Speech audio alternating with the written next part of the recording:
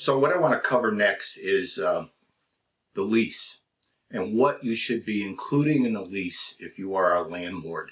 So this is going to be in a couple of segments. I don't want to make each segment too long, but let's start at the beginning and we'll go through this, and it will be videos in a couple of different parts. So the first thing obviously is the name of the tenant, the unit they're going to occupy, the beginning of the lease, and the end of the lease. How much rent are they going to pay? This should all be right at the beginning. How much rent they are going to pay, how much their security deposit is, and you also want them to list any other individuals who will be living in that apartment. You also want to include any tenant contact information, who to be notified in the event of an emergency, relatives that are close with names and addresses. You want this individual's driver's license number. You want to make a copy of the driver's license. You also want their social security number. And a lot of this will help you in the event you have to collect back rent or there's an eviction process. So these are all very important things to include in your lease when you're putting this all together. I also recommend that each individual page of the lease, and yes, there's definitely going to be more than one page, each individual page of the lease should be initialed.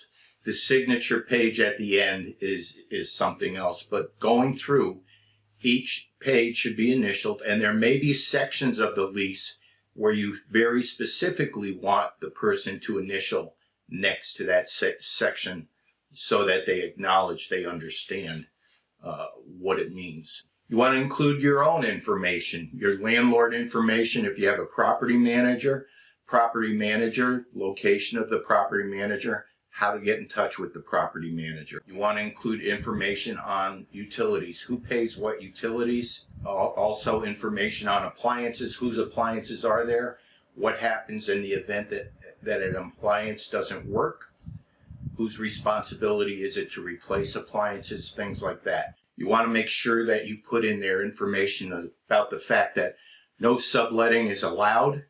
You want to have information about, do you or do you not allow pets? If you do allow pets, what kind of pets are allowed?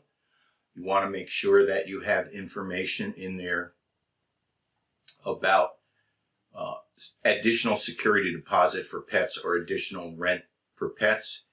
Can the landlord enter the premises under certain circumstances? Absolutely. You need to include in the rent that the landlord has the right to enter the premises and state what factors in the lease you can enter the premises under. Giving 24-hour notice, going in the event of an emergency, going in for general inspection. Things like that, very important. You don't want to have a problem with your tenants saying they didn't know you could enter the apartment. Make sure that they're not allowed to put additional locks of their own on the apartment.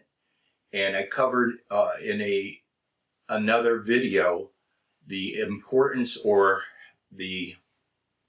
how good it would be if you had keyless entries, where you had codes where you as the landlord or your property manager could enter a code and get in, while the tenant themselves had a different code based on the last 4 digits of their social security number. So that's another video, but I think it aids in all of this process in the event you do have to get into the apartment. You want to make sure that you specify that the landlord has no responsibility for loss of personal property.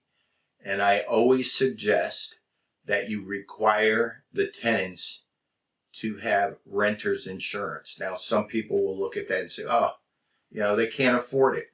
Work something out. Increase the rent a little bit.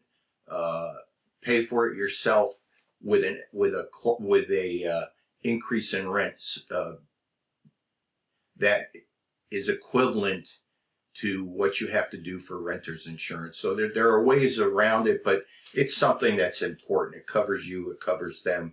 There won't be any arguing over personal property things like that. And again, very important at the end of the lease, you include the signature of the tenant.